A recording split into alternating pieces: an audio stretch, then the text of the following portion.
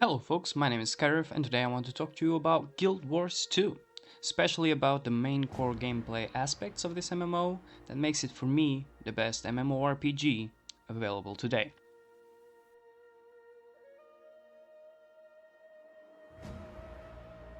Along the video I'll point out the key gameplay features that makes me log on Guild Wars 2 more than any other MMO. Please keep in mind that during the video I'll read bits of the wiki of the game, which I also want to make a huge shout out to. They've done an amazing job all over these years and sadly are one of the best in the gaming industry regarding to community managed wikis.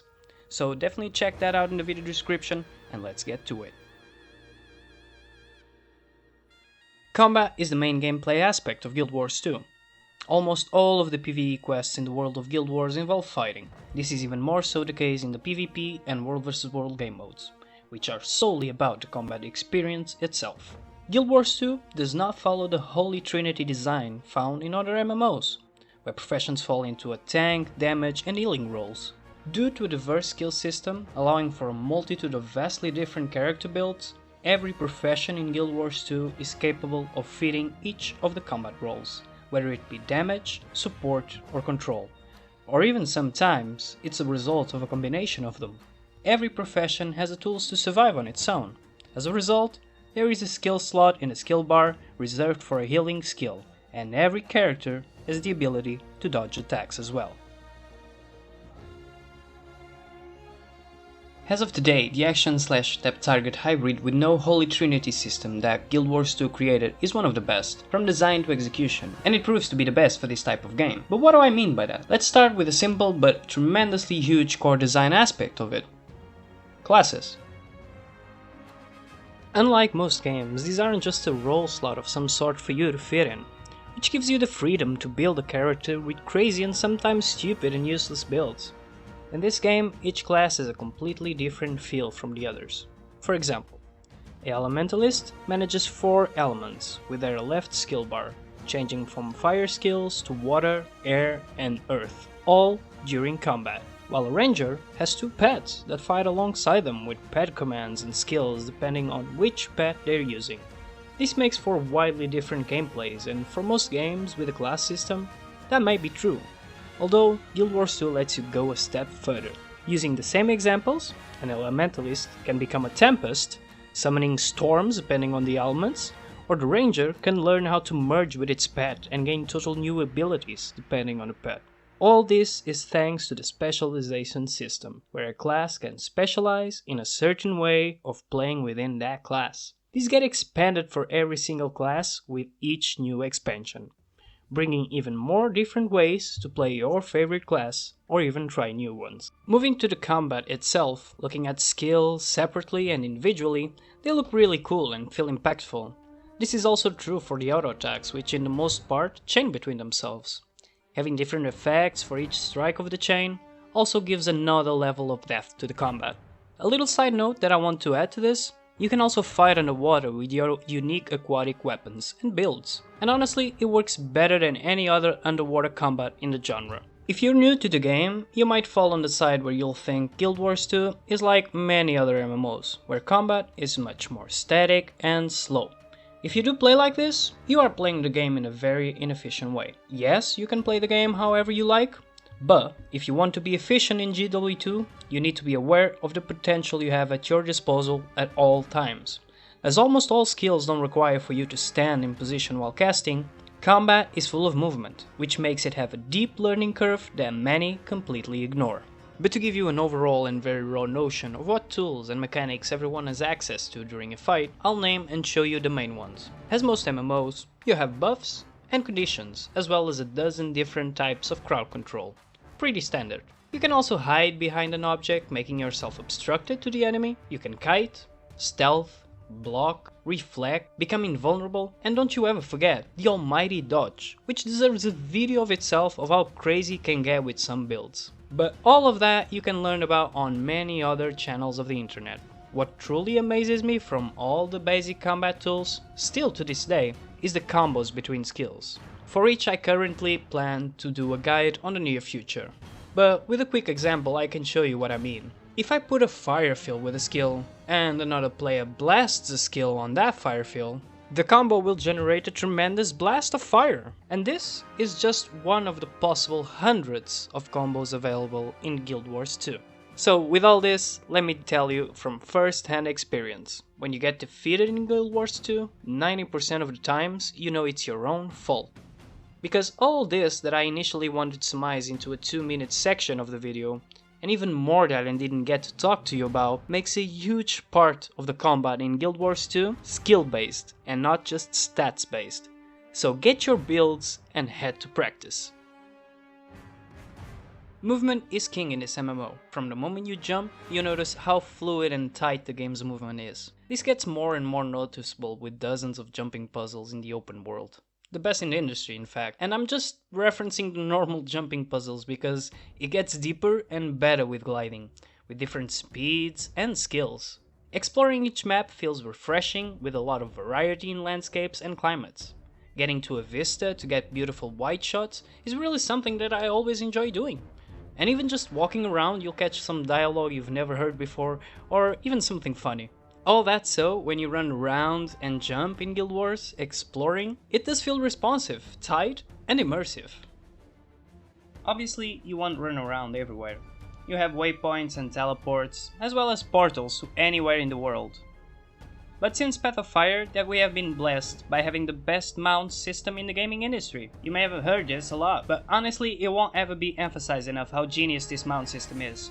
With deep customization and specific ways that can help you traverse unique obstacles, it gives you access to otherwise impossible to reach areas, they feel true to the game and its lore, incredibly detailed with sounds, animations, and skills, whether it be for movement or combat, and to top it off, you won't get these from a drop either. You'll gain them through the story or through a side achievement that makes you bond with your mount and makes you relish getting your own. Truly ahead of the curve in terms of mount gameplay, and if you love mounts in general, you'll definitely love Guild Wars 2. Also, within the most recent years, the game has also shown some interest in water exploration. Well, since launch they have a lot of underwater content, but now we also have 2 underwater mounts, one that swims and one that sinks and walks on the bottom of the sea. Also, with the newest expansion, End of Dragons, they brought to the game Sailing with Skiffs, a small 5-player boat that is also fully customizable, has different speeds, anchors, detects fishing locations, and even throws mines to the creatures on the water below. To cap, Guild Wars gives you an incredible amount of exploration to do, with a huge variety of maps to explore and a broad set of tools to help you explore it, like a true adventure. Guild Wars 2 takes advantage of being a massive multiplayer in a lot of ways. We can see this embellished in their game design, such as the no kill or looting stealing policy, which means you'll get loot and EXP even if someone comes and finishes your target. This alone is a huge factor that makes you happy to see another play with you, since now their help won't have a negative side effect to it. And in the case of your defeat with other players at your side, you know they'll help you get back into the fight, because you can revive anyone with any class by pressing F on their body. It gives you experience to level up.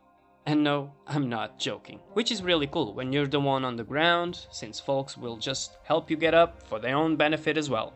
These make the community come to life, as they group up in huge groups on the open world, and also incentivizes folks to be very friendly in general, as most recognize the community in Guild Wars one of the friendliest. Although these make a strong argument that Guild Wars embraces massive multiplayer in a way few games do, they don't make half the argument. And since I won't have the time here to talk about all of them, I'll leave it up to you to experience them for yourself, which might encourage you to try the game out as well.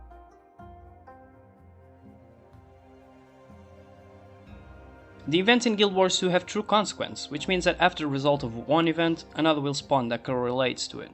So real locations get captured and recaptured by players and mobs, as well as true accomplishments feelings. This can make really great storytelling and cinematic gameplay out in the open. When events leak up in a series of the same map, they usually summon a final big threat, and you have what it's called a meta event. These are bread and butter for any PvE player. Meta events are so complex that usually you can repeat them a half a dozen times without seeing the whole thing, and almost always ends up in a big cinematic fight where the loss will have real consequences to the area, but the victory gets you the huge rewards you're looking for. Metas can be fun to do by yourself, with your friends and guildies, speaking through a voice channel, or even with complete strangers, as you all coordinate the events together through the in-game chat. From standing face to face with gargantuous dragons, to being in charge of aiding with a metal concert. The sheer amount of content in these events is huge and are designed for replayability.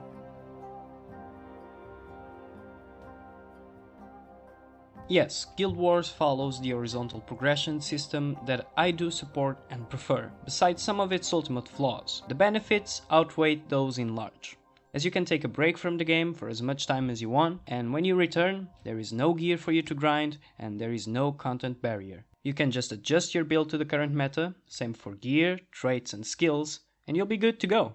Takes about 5 minutes, honestly. That of its own is a big plus for everyone.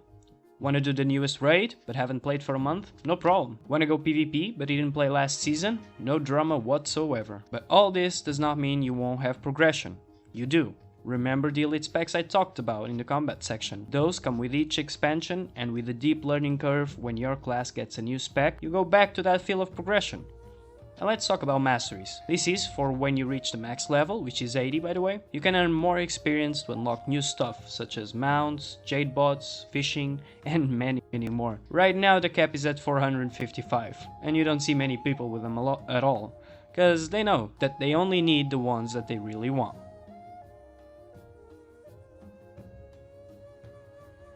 The gargantuous amount of endgame this game has is truly astonishing. Since you don't do it for gear, but for XP, for your masteries, or for golden materials, your goals become very different from other MMOs. And since you can get almost anything from most content, with a small few exceptions, you'll never feel pressure to do something unfun to you.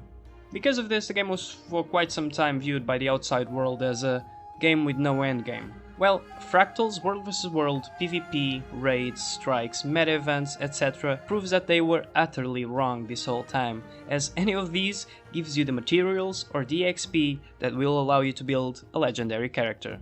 And not just that, but as well as collections, cosmetics, store chests, infusions, amongst many others. So yes, any content in Guild Wars 2 is endgame, even if it is helping your friend out with a new account, and I would even say that is the best type of endgame. Now, I left a small section for the end, as I know many of you might not care about nothing about lore in any game they play. I mean, maybe you also watch a movie in a language that you don't understand and don't have subtitles for. Or perhaps you like to taste your food by only looking at it. Who knows? That should have made it clear that I am a lore enthusiast. In most media I consume, from movies to books, I love a good story. They get me invested in them, and although there are some flaws and a big disappointment for me in the Iceberg saga, I still think the world of Tyria is an amazing fantasy world, with a lot of love and care put into it. I can give you a lot of examples, from the different racial cultures of today to the ancient civilizations of the past. When I play Guild Wars 2 story, most of the times I am completely invested in its arc and characters, getting chills in some of the greatest nerdy moments I ever had. Characters have deep and thought out backstories, and some of the best are the villains, names you love to hate such as Palawa Joko, but as well as some companions that help you along the way. All this without spoiling any beans, but if you're the sentimental type, there's a chance you might even drop a few tears. So, after all this dump of information on you, if you're still interested in trying this game out, remember, it is free to play the whole core game, which means you'll be able to get to the max level, as well as play the Season 1 of the main story, which is currently being re-released after 9 years of absence in the game.